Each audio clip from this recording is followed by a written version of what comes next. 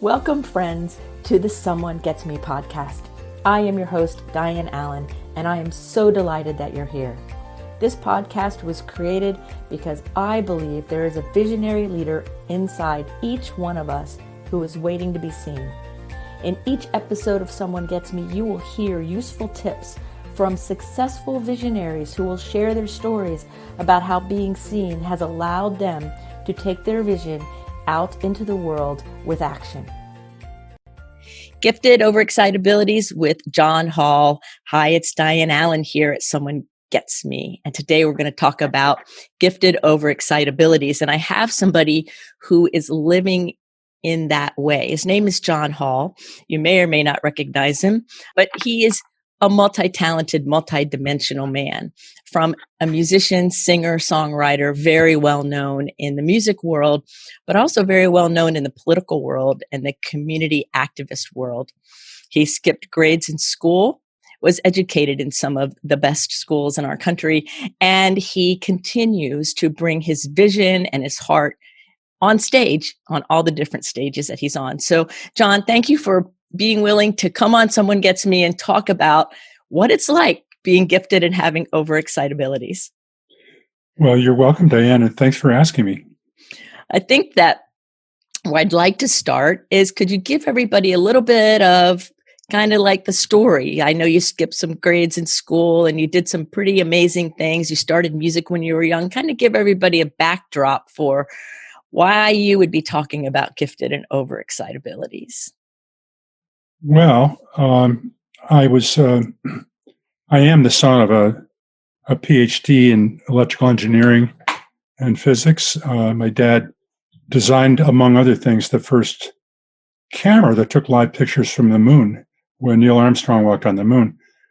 And imaging devices, basically, Landsat, satellite cameras, infrared, night vision devices, those kinds of things. And my mom had a master's in theology and was the first woman in the United States to go to and graduate from a Jesuit seminary. Wow. And she got radicalized, or I should say feminized, if a man could presume to say that about a woman, when her 30 classmates got Roman collars and she got a diploma. And so I kind of grew up with this, a lot of different influences, and my brothers and I were expected to excel at whatever we did. And I remember over the breakfast table at home doing calculus equations with my dad writing them out and me and my brothers having to answer them quicker than the other brothers. And so along the way, I started playing piano when I was 4.5 years old. And my parents sent me to take piano lessons after that. And I studied piano for a long time and learned French horn in school, and taught myself to play guitar and bass and drums, and I gradually got drawn into a life of music. I skipped 2 grades in school. I took 4th and 5th grade in the same year, and skipped senior year of high school. Went to Notre Dame University, supposedly as a physics major, when I was 16 years old. And my classmates were 2 years older than me and way more mature. And we all know that boys don't mature as quickly as girls do. Mm-hmm. But so I didn't last long in school, but I did play in every band I could possibly get into, and sing in an a cappella group, and played mandolin or banjo or guitar in a bluegrass band, and had a rock band that played frat parties and football pep rallies and stuff like that. And I also played a little bit when I was in high school in a marching band. But after one semester, college spat me out, and I wound up going to Loyola in Baltimore for a semester. And that's all I did of college. And I just wanted to play music. I'm fortunate to have one relative, my Aunt Connie, the only one of my parents' generation, who told me that it was just fine if all I wanted to do was music, and if it's what I really loved, that it was fine to do it. Mm-hmm. And, my daughter asked me after she graduated from Middlebury College and, with a BA in creative writing, English, and a double minor in Spanish and political science. And she had been working after that as a paralegal for a while. And she asked me, she called me one day and said, Dad, I got accepted to this MFA program to study poetry at the University of Maryland. And I'm trying to decide what to do. I'm, renting an apartment at Park Slope in Brooklyn with one of my best friends. And I'm getting a paycheck every week that's got my name on it. And I don't know, what should I do? And I said, well, probably asking the wrong guy. But, because, I said to her, if on your deathbed, it's possible you might say, gee, I wonder what would have happened if I'd studied poetry more and creative writing. And, and she wound up going to South America on a Fulbright scholarship and writing her treatise on the literature, the poetry of Elizabeth Bishop and how it affected South American writing. But so I'm on the phone with her and I said, it's possible you might wish you'd done that, but it's probably not likely you're going to be on your deathbed and say, gee, I wish I'd have kept on being a paralegal. And wouldn't you know, she did all that and did a lot of writing. And now she's back to being a paralegal in Oakland for Clorox and using her language skills. And she's so fluent at Spanish and Portuguese that she is translating a book of poems by South American writers so that they can be sold in English in the United States. So it's, I've been encouraging her to follow tangents and, to follow her heart in whatever direction she feels it going. But anyway, so where was I? I went on a tangent there. You went on a great tangent, but you brought the point home, right? About following our heart and going with what feels right. Yeah. And using it in a discerning way. I played music for, basically my whole life, but I've been in different bands and made solo records. And in 1972, I started a band in Woodstock, New York that became Orleans. I was joined by Larry Hoppin and Wells Kelly, the other guitar player, bass player, keyboard player, and drummer. And we always just switched instruments. And we started writing our own songs and singing them and playing them in clubs. And the next thing you knew, 9 months later, Larry Hoppin's brother Lance joined he came up and auditioned on bass so that Larry could play less bass and more guitar and keyboard. And so that we would have a fourth voice for harmony. And we wound up making 2 records for ABC Records that were very critically acclaimed, but didn't have a hit on them. And I was going to say that's when record companies wanted hits. I guess they still want hits. That's all they want. And right. But we wound up being dropped by them because we didn't have a hit single. And we wound up signing with David Geffen's Asylum Records, which had some of our favorite people on it, like Jackson Browne and Joni Mitchell and the Eagles, and just a stellar lineup. And for them, we made 2 albums. The first was Let There Be Music, that included a lot of really good songs, but the song Dance With Me was the one that became a top 5 record and still to this day gets played around the world and on every streaming format. And it's just, I think, in terms of terrestrial radio, it's been played 9 million times, but in terms of streamers, it's 140 million and counting. And it's just because, streaming didn't start until, 15 years ago. I mean, right. I didn't hear about it before that, but in that short time, so many more people have streamed that song, or still the one, that it actually is way more than all the radio stations that played those records since 1975 and 76 up to the present. So gives you an idea of the reach and impact of digital media, which I don't have to tell you. So anyway, we played, and our drummer passed away in 1986. I left the band and made a couple solo albums, and then after Wells Kelly, our drummer, died, I wound up getting back with the guys to finish out that year of touring that they had contracts signed for already for the engagements, and liked it, and they were enthused. My partner, Lance Hoppen, is the only one of the original four that's still alive. We're still working today together, recording, making videos, and touring when there's not a pandemic. So, right. So that kind of brings that thing up to date. And then I took a hiatus in.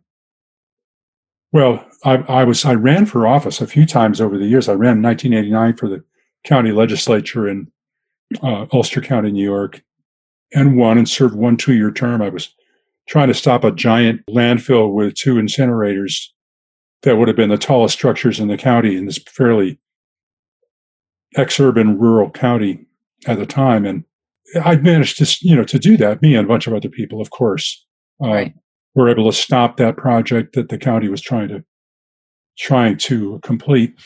And then I left the legislature, didn't run for re-election because I didn't really plan on a career in politics. I just wanted to do something that I thought was important. And then I ran for school board when my daughter was going into her senior year of college, her freshman, sophomore, and junior years. I'm sorry, high school, her senior year of high school. Her first 3 years of high school, there was an austerity budget because the school board couldn't come up with a budget that the voters would pass, the taxpayers would pass and support. So I was determined she would have at least 1 year of her high school with advanced placement classes and new computers and new tennis balls for the tennis team, and all the things that students, kids of that age should have, and right. Smaller class sizes. So I ran for school board and won. It's an interesting thing because I'm a union member of the Musicians Union and also AFTRA, the American Federation of Television and Radio Artists. And I've always been a union supporter. But I ran the first time with the teachers union backing, and won that election. And then the second time I ran for re-election, the teachers union opposed me, and I still won with more votes than I got the first time. So it doesn't change my feeling about unions, but it's interesting. Very interesting. Yeah. There's a story in all this. I won't go off on that tangent now, but so in 2005, I had been living in Nashville and moved back up here to the Hudson Valley to Dutchess County. Mm-hmm. And I realized that the congressperson, a woman named Sue Kelly, who was representing me now that I had moved into her district, and had been there for 12 years. I think she was part of the Newt Gingrich contract with America 1994 class. Mm-hmm. I realized that she was voting for things like drilling in the Alaskan Wildlife Preserve, or, not to mention the Iraq War, things that I was against. Right. And so I decided that I would talk to the other candidates because there were 5 Democrats already declared for the primary to challenge her. And I met with them all over coffee or lunch and talked to them about stuff. And I wound up feeling that I might be a better candidate than any of them were. And so I decided to run, and I beat them all in a primary, and then I beat her in the general election, and wound up going through orientation in 2006, in December of 2006, during the lame duck period like we're in now. Right. I went through orientation with Gabby Giffords, with Senator Mazie Hirono from Hawaii, who was a congresswoman just elected with me, with the governor of Colorado, Jared Polis, the governor of Minnesota, Tim Walz, with senators like Chris Murphy from Connecticut, and really wonderful people who just happened to be in the class that I was in, and are still making an impact in that political realm. And I ran once for re-election and won.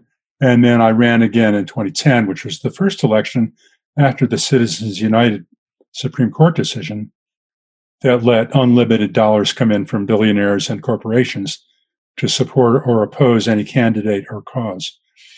And I got $5 million bucks dumped in the last 2 weeks against me in negative advertising.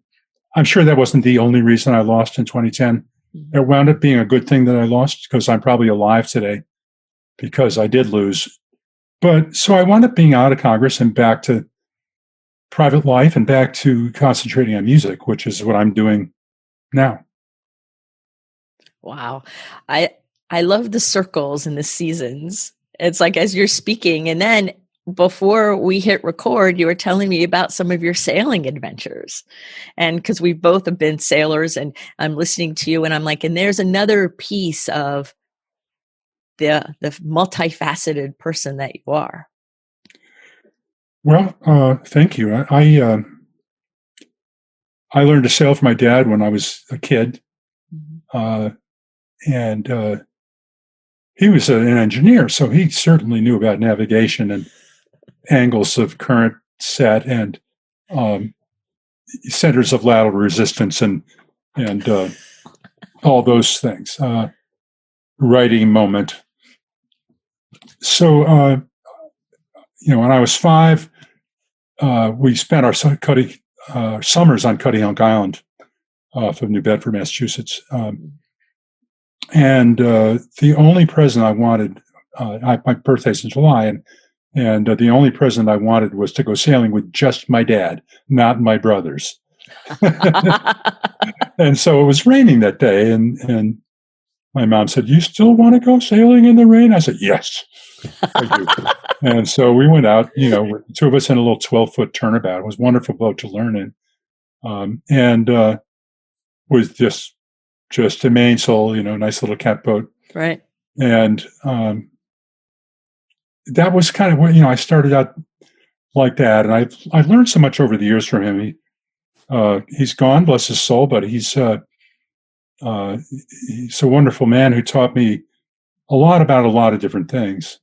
I used to have conversations with him while sailing that were incredible. And I've started writing a book about this that I need to finish now that I'm telling you about it, about sailing experiences with my father. And starting with that,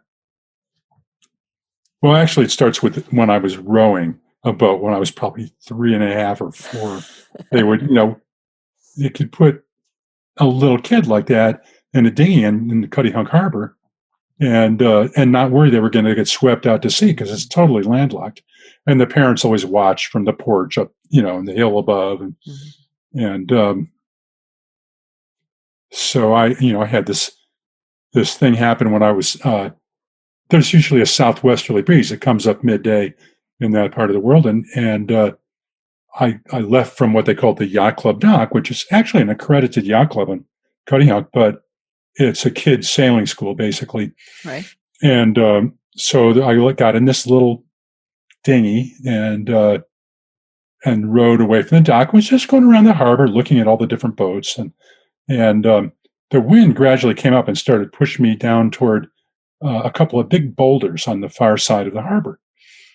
And I was trying to row away from them, pull back toward the yacht club dock where I had started out, and the wind was too strong for my little arms. I just wasn't making any headway. My father saw through binoculars. He checked on me, and he came down and got in another dinghy and rowed out to get me. And I was so happy to see him. He put a rope around the ring in the bow of my boat and rowed. And I think I probably pretended to be rowing too while he was rowing me back. Right. And but I heard later that when he was getting close to me, and I didn't know he was coming because my back was toward him. He heard me saying, "Somebody help." And so the rest of my life, those rocks, the boulders, were called the Help Somebody Rocks. And, but that's like an opening, Yes. or forward or chapter to this book that I'm trying to put together. Oh, that sounds amazing. It really is something. I had a conversation with once we were crossing Block Island Sound from Block Island to Cutty Hunk or the Vineyard or something. And I said, I was having these thoughts about Catholicism, which is the religion I was brought up in. And my more expansive view of God or higher power, deity, creator. And I think my dad, because a lot of people have this misconception that if you're a scientist, you don't believe in God, or you can't, like, what do you mean the universe wasn't created in 7 days? And Right. all the plants and animals and then humans. And so I asked my father about this, and he said, well, the way I look at it, and he was Protestant, converted to be Catholic to marry my mom, but so he came up in a Catholic tradition. I mean, in a Christian tradition. But he said the way I look at it, the Bible is the Genesis, story of creation is a metaphor, and it's in a language that humans could understand at the time. And but he said, I think about the Big Bang, and Einstein came up with that equation, E equals mc squared. You can't destroy energy, and you can't destroy matter. It's a conservation of energy and matter, but you can change one into the other. And he said, before the Big Bang, that we think has thrown out an infinite universe, there must have been an infinite source of energy. What was that? And I went, wow, Dad, that's pretty cool. So that was just his way of saying, I believe in God. And, my little brother, the Jesuit priest, used to say, that's why they call it faith, because nobody knows for sure. Well, I always say it's like a yes and, right? We can hold both ideas together at the same time. Yeah. It's interesting. And my older brother was an actuary. So I was kind of somewhere in between. I studied a lot of science and math, but my older brother was a probability specialist, and my younger brother a priest. And I kind of fell in the middle, where people would say I wrote songs that were too preachy. Songs that were too preachy. All right. Well, see, I have what we call mid-70s syndrome. Yeah. And that is that I live on like that music. And so I was listening actually to a bunch of songs from the 70s, a lot of different groups, and it hit me. Like, it was one of those things where I know all the songs, I could sing them with you, and I know a lot of the musicians who played them. So, but it hit me differently this time. It was, I think it was like a week ago or so, that if I didn't know those songs were written in the 70s, I would think they were written today. Yeah. And that there is so much in common with the cycle of life and how things go, that it's almost like those sentiments and the consciousness is trying to reemerge, or maybe tried to emerge then and got stuck. I haven't really thought that much about it, but I just remember going, that song. And then it was one after the other. Then of course I have to listen to all of them, because as gifted people, we go on these tangents and go down the rabbit hole. So then I literally stayed up, because I was getting ready to go to bed. I'm like, I can't go to bed until they play a song that doesn't fit this idea I had, which was another hour, I think. And I'm like, oh boy, here we go. And so there's so much to be said about the power of music, the power of storytelling, the power of really connecting on that deeper level and bringing it out of us in a way that resonates with other people. Yeah. And so it really doesn't go away. A lot of the songs are just as relevant today.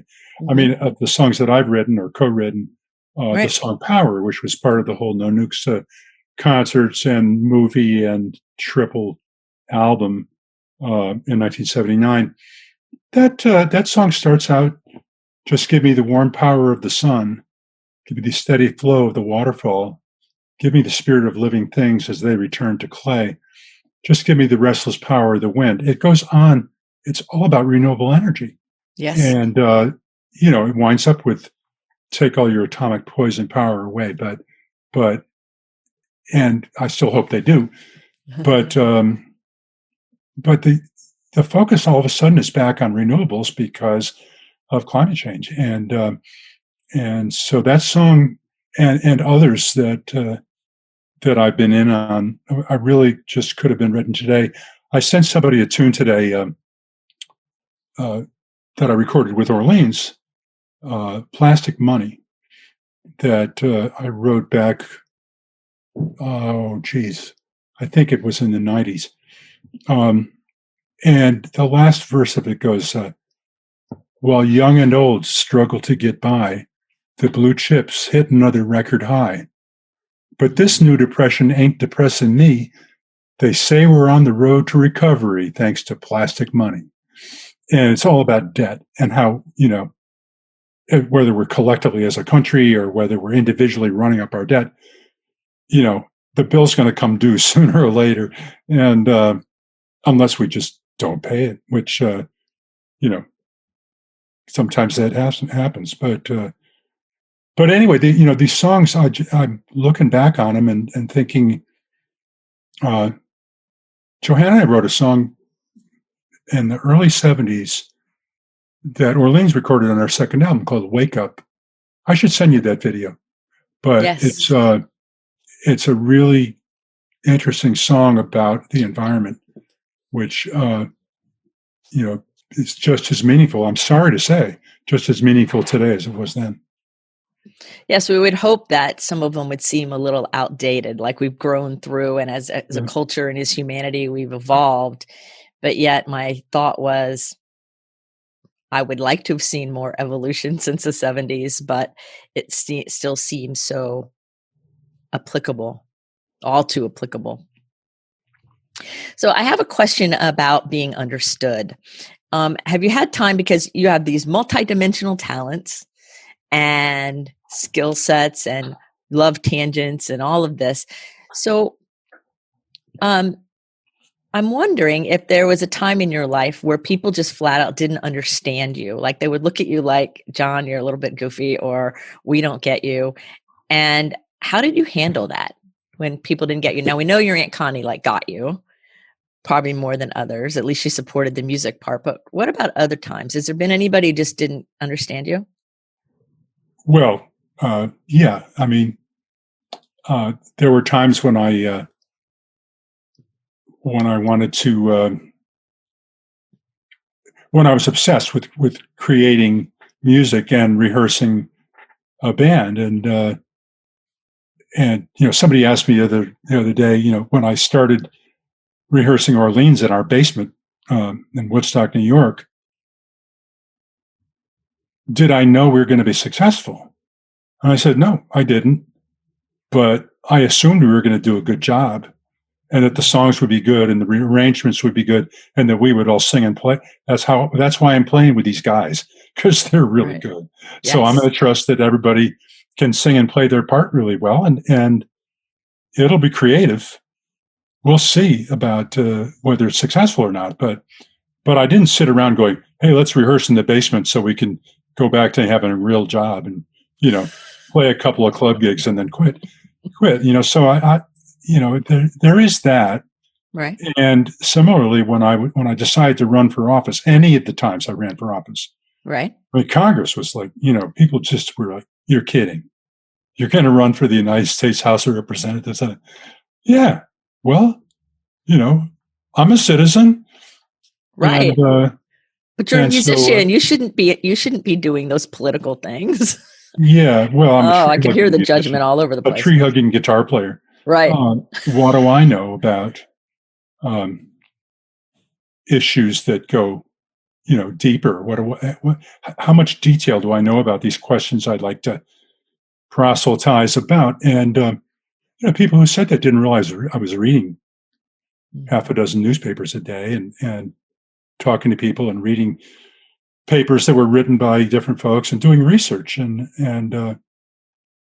that goes back to the No Nukes days when I was not only one of the 4 founding members of Musicians United for Safe Energy, which put those concerts on, but also it was Bonnie Raitt and I were Bonnie and I were on the foundation on the Muse committee that started the concerts and so on, along with Jackson Browne and Graham Nash. Mm. But the Muse Foundation, which had to decide how to give away the $1 million we raised at the concerts, that was real money back in 1979, and Yes. So I had to read all these, I don't know, 1,000 proposals and requests for funding, and narrow it down to relatively few that we could give money to. But I didn't mind doing the work.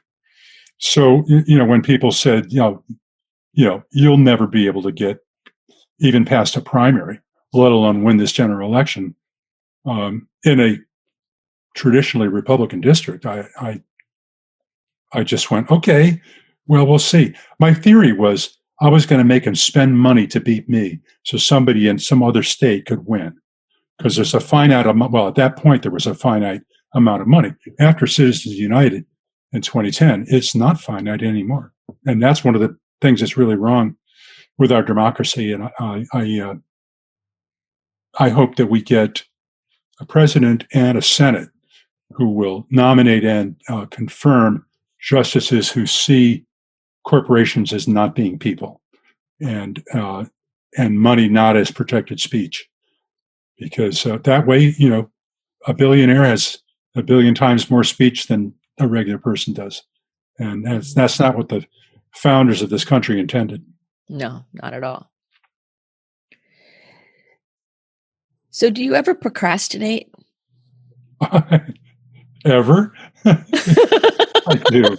I mean, you've accomplished a lot and you do a lot of things. And so I was just wondering, I tend to procrastinate. And then when I get a deadline, I'm good at it. So sometimes I make deadlines for myself. Right now, I've got an album that's scheduled for release in January, and I'm going in the studio Wednesday, Thursday, Friday, Saturday, finishing up the last 3 tracks for it, which you would think with that being December that I would be done already for January release. But nice thing about this digital world is that things can actually be finished later and still come out on schedule. So we'll see. But yeah, I procrastinate and I beat myself up about it. And then I remember that, I will get it done. So after I finish this record, maybe I'll finish that sailing book. Yes. Did I tell you I wrote a book? I don't know if it was in the bio I sent you. I wrote a book called Still the One, A Rock and Roll Journey to Congress and Back. That came out in 1986. It was self-published on Amazon. And it's a story of basically from some of the things I've told you, starting out with coming downstairs in my footy pajamas when I was 4 and playing piano for my parents' dinner guests, and then going all the way from there up through Orleans into politics, a lot of stories about that, and then back to music again and kind of up to the present. It's a pretty interesting read, if I do say so. And I've heard that from other people, so it's not just me. Well, I'll make sure that a link to that book is in the show notes then, so that anybody listening can go grab a copy of it. I'm going to get one because I think that your story and how you have really mastered in a lot of ways, a lot of very interesting things that you're interested in, things that were important to you. You stepped into the arena and you took action and didn't stop yourself from taking the action that you thought was really important at the time. And it was important. And you were successful as a result of that.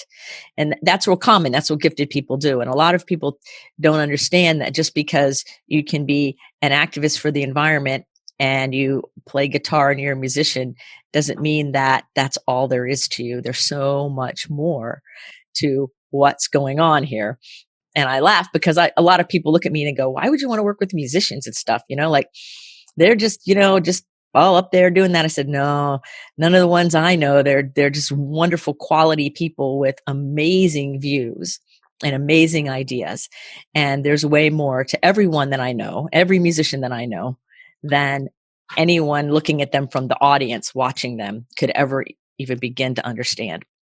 Yeah, I see that too. And I'm a fan of music and of performers, musicians and singers as every bit as much as I am hopefully a colleague, and sometimes a coworker. But Yeah. gee, I didn't even tell you about how I learned to ski when I was in my 40s, so that I could be a chaperone with my daughter's school group, because that was the only way she said she would go and learn to ski. And I wound up getting obsessed with that and getting certified by the Professional Ski Instructors of America. And in 1997, I was Instructor of the Year at Hunter Mountain in the Catskills, and spent probably 100 days on snow for several years in a row.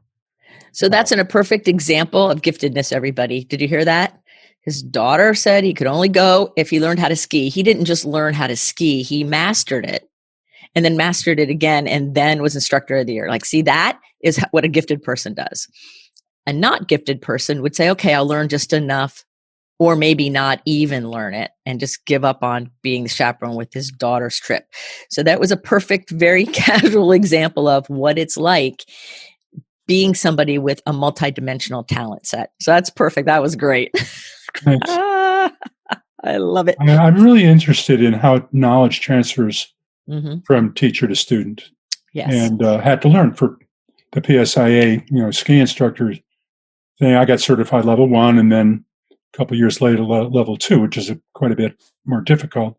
I never made it to level 3, at least not yet. But you have to learn about different teaching styles and learning styles. Mm-hmm. And it's really interesting stuff. And people are different. The teachers are different. Students are different. When you find a really good teacher, that's something to hold on to. Yes, absolutely. Or someone to hold on to. There's great energy in that. There's an amplification when you find a really good teacher and you're open, or the student, and that relationship happens. There's this beautiful amplification that happens for both people, I think. So if somebody's listening to us and they're going, oh my gosh, I feel like him. Like I'm like that, but I don't know what to do. And they want to bring their giftedness out, or they want to bring their special talents out, but they're kind of afraid, or people have been putting them down. What would you say would be a good first step for somebody to start to step into the, the authenticity of who they are? That yes, there's more going on with you than just one thing. Well, I would say start. If you're thinking about playing tennis, or if you're thinking about riding a horse, or whatever the activity is, or the pursuit. When I started skiing, I wasn't thinking I'm going to be an expert. I was thinking I just want to learn to get down the mountain safely, and I did. But in the process of learning that, I learned that there's much more to it, and I wanted to get more and more of that. So the most important thing I think to do is, it's up to you how far you go with it, but don't be intimidated by people telling you how hard it is. Right. And I think that, and also to give yourself permission to go as far down that rabbit hole as you want to, go down that tangent as much as you want. If you want to know more and keep learning and learning and learning, then do it. And if you don't, and you've learned the beginning and that was enough and you're on to something else, that's great too, to really follow that inner desire, whatever that would be. Right. Yeah. Perfect. So I know I've asked you a lot of questions, and I'm wanting to know if there's anything that you wanted to say to everybody before I ask you the last couple of questions of the interview that you had on your heart to share, that probably, maybe I didn't ask. Here's something that's on my heart, and it's big in my life. You can use it or not, whatever works. But I'm in recovery from various substance abuse issues or phases. I mean, back when I was first playing music in the 60s and starting with Orleans in the 70s, and there's a stretch there where being on the road as a musician and getting high or drinking was kind of de rigueur, or at least, it wasn't looked askance at when somebody got loaded. And I quit a couple times with the help of the 12-step programs, and the first time for 19 years, and the second time now for the last 5 years. And it's a long story why I relapsed in the middle of that time, but it really is all. And now I'm actually going to Al-Anon more than I am to the other programs, because it helps me deal with people. It helps me deal with it helps me control my urge to tell other people what to do and think I know best for someone else. It never works anyway, trying to tell somebody what to do. Right. So it didn't work with me. Going back to my parents, it didn't work. So that's really huge. And it's been great to learn how to live in the moment, in the day, not wishing for a different past or trying to project what I think might be a better future, when in fact, the future that's coming that my higher power is bringing me may be better than what I imagine or what I would like. And so I had a tennis coach, actually, who's one of these teachers I was speaking about, Right. who nailed this one time.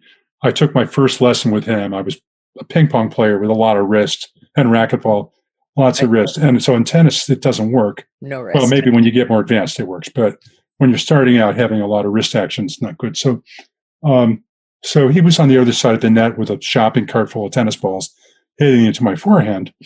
And the first few balls I sprayed out of the court. And he came over to my side of the court and he said, John, I just want you to keep your eye down right where the strings meet the ball. When the racket is touching the ball, it's the only time you have any control over where it's going to go. If you look up to see what's going to happen, it's going to go out of the court. So keep your eye around that spot. He showed me pictures of Martina Navratilova with that famous backhand slice. It was the back of the Daily News, I think, during the U.S. Open. She had hit a ball, was hitting that slice, and the ball's out of the picture, and her eyes are back here. The racket's following through, and her eyes are back where the point of contact was. And I think she showed me a picture of Pete Sampras or Andre Agassi or somebody from the same tournament doing the same thing. And if you look at golfers or hitters in baseball, sluggers, their eyes will be back here. The ball's already headed over the fence. And I mean, sometimes they'll drop the bat and look up.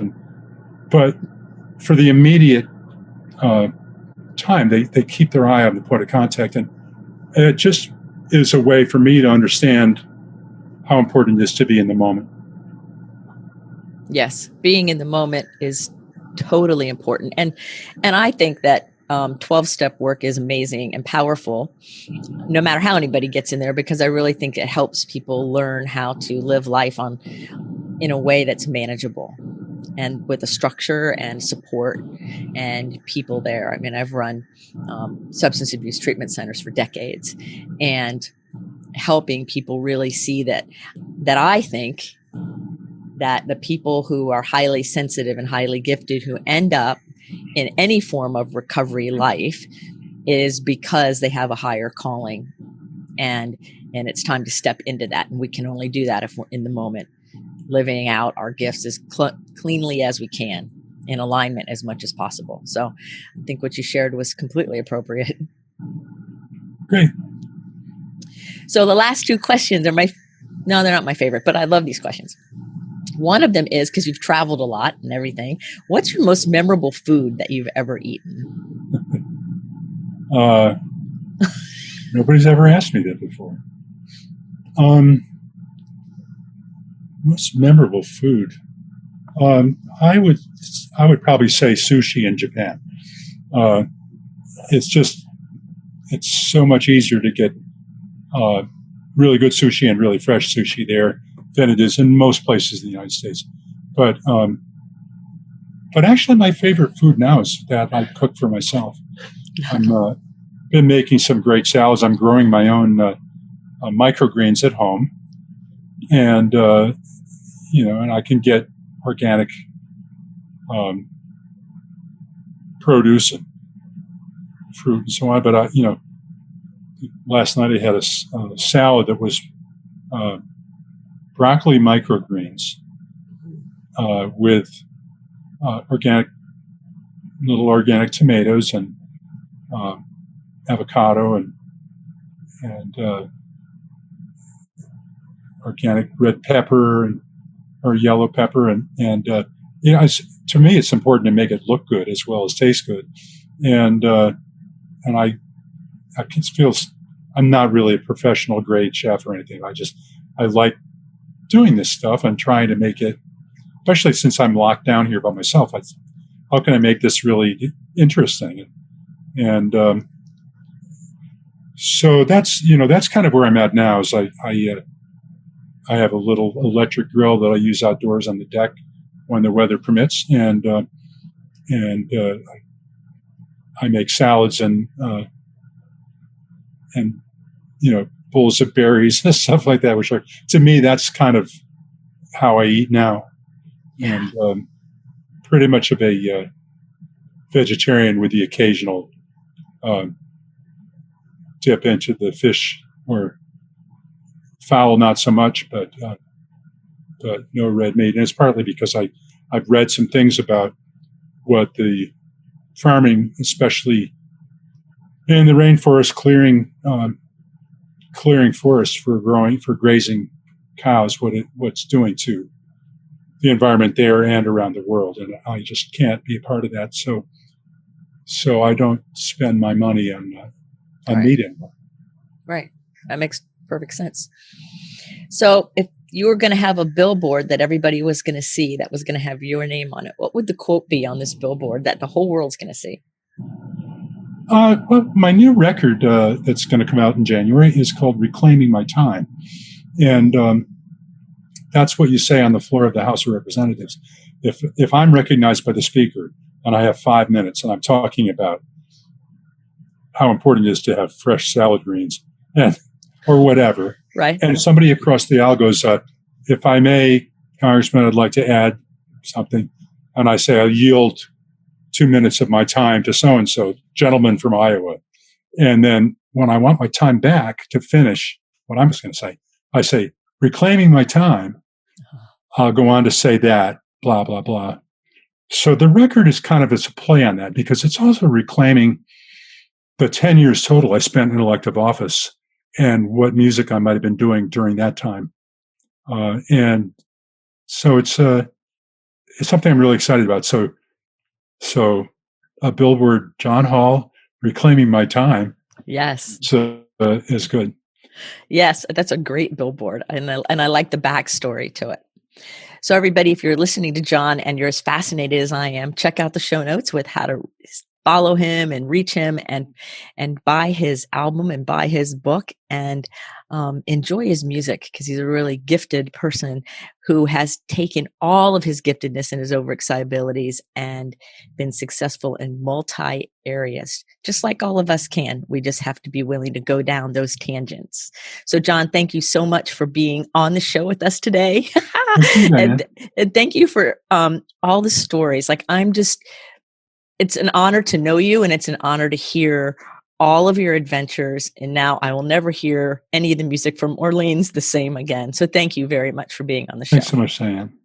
Okay, remember everybody that you're a rock star and you're here on purpose with a purpose. So go out there, let your light shine, and remember that with every good thing you do, every blessing you put out there, it comes back times 10. So till the next episode of Someone Gets Me, be well. Thank you for listening. I trust you gained some valuable inspiration and information. Please join me and other visionaries in the Someone Gets Me Facebook group. Or for more information on my services and additional episodes, visit someonegetsme.com. Again, thanks for listening.